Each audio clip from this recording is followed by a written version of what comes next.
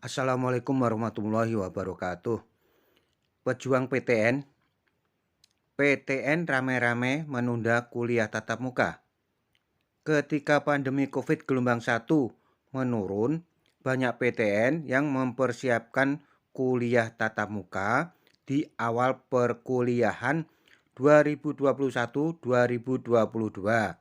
Bahkan, pemerintah menerbitkan surat keputusan bersama atau SKB 4 menteri, yakni Menteri Dikbud-Ristek Dikti, Menteri Agama, Menteri Kesehatan, dan Menteri Dalam Negeri. Tapi ketika pandemi COVID-19 kembali mengganas, PTN pun rame-rame mengevaluasi ulang untuk menunda pelaksanaannya. Bahkan Universitas Brawijaya dengan tegas awal perkuliahan Agustus atau September 2021 ini UB memilih tetap kuliah daring. Lantas, PTN mana saja yang menunda kuliah tatap muka? Apa saja syarat bisa melaksanakan kuliah tatap muka? Ternyata orang tua boleh melarang anaknya ikut kuliah tatap muka. Simak videonya ya.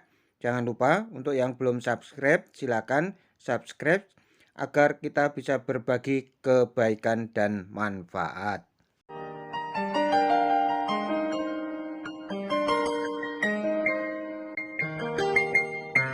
Pejuang PTN, persiapan pembelajaran tatap muka atau PTM sudah mulai dilakukan. Saat ini, Kemendikbud-Ristek Dikti sedang mendata kampus-kampus yang akan membuka kuliah tatap muka pada awal tahun akademik 2021-2022. Hal ini dijelaskan Dirjen Dikti Nizam yang optimis kuliah tatap muka aman dari potensi penularan COVID-19. Asal menerapkan protokol kesehatan dengan ketat katanya.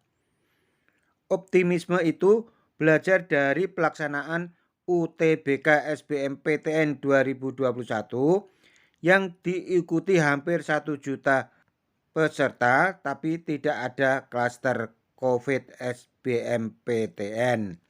Meski demikian, kuliah tatap muka harus tetap memenuhi syarat-syarat yang ketat, yakni perguruan tinggi harus mendapat rekomendasi atau berkoordinasi dengan pemerintah kabupaten atau kota setempat melalui Satgas COVID-19. Perguruan tinggi hanya boleh menyelenggarakan kegiatan kurikuler melalui pembelajaran, penelitian, dan pengabdian kepada masyarakat. Perguruan tinggi juga harus menyediakan sarana dan prasarana pembelajaran campuran bagi mahasiswa yang belajar secara daring dan dosen yang mengajar secara daring.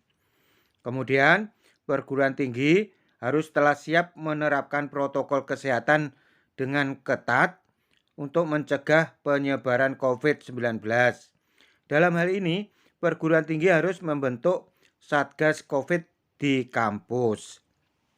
Pejuang PTN ada syarat juga, yaitu sivitas akademika dan pengajar harus sehat. Kemudian dapat mengontrol bagi yang memiliki penyakit penyerta. Kemudian bagi mahasiswa yang berusia di bawah 21 tahun harus mendapat persetujuan dari orang tua atau wali. Bagi mahasiswa yang tidak bersedia ikut pembelajaran atau kuliah tatap muka, dapat memilih kuliah secara daring. Jadi dibolehkan ya untuk tidak ikut kuliah tatap muka, apalagi bila orang tuanya tidak mengizinkan.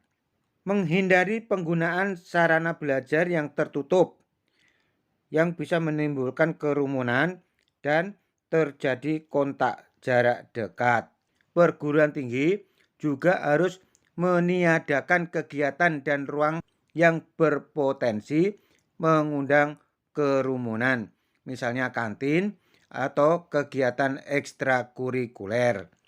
Perguruan tinggi juga harus menyediakan tempat cuci tangan atau hand sanitizer di tempat-tempat yang strategis, membatasi penggunaan ruang kelas atau laboratorium maksimal 50%.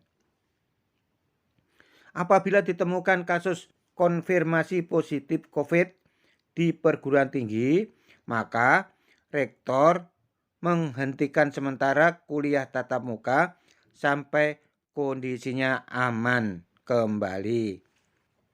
Pejuang PTN sebelum pandemi COVID yang gelombang 2, yaitu sekarang ini gelombang Delta ya, sebenarnya sudah banyak perguruan tinggi yang bersiap menggelar kuliah tatap muka. Kampus-kampus yang bersiap kembali membuka kuliah tatap muka diantaranya adalah pertama UGM. Menurut Rektor UGM, Profesor Panut Mulyono, mulai awal tahun akademik 2021-2022, UGM akan membuka kuliah tatap muka dan daring. Kuliah tatap muka diisi maksimal 50% dari kapasitas normal. Kemudian, dosen dalam mengajar disiarkan secara streaming.